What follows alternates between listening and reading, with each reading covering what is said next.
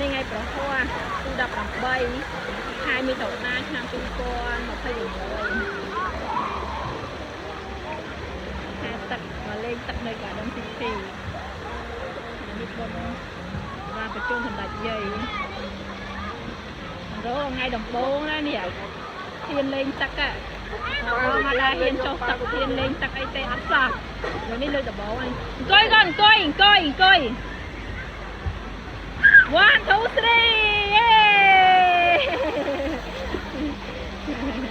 3 ta tiết con ta tiết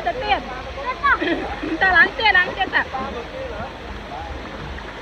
ê lan tăng chả đá nữa tăng hỏi chả đá con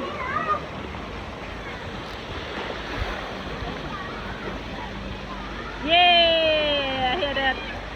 on đó 1 2 3 chấm á con chấm á 1 2 3 yeah 1 2 3 oh hiền này yeah hai tắc tia đó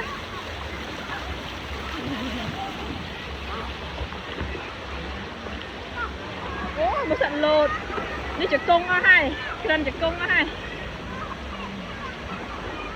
la con la lớn nè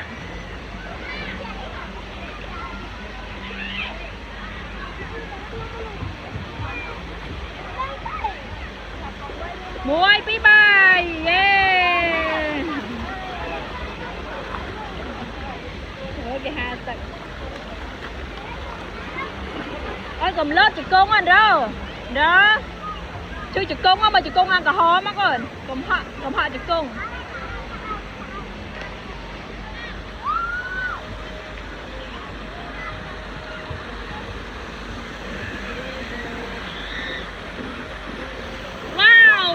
bóc y ơi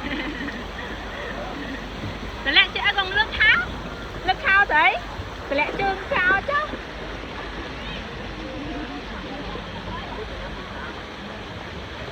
ô đó là ô sờ bài đó là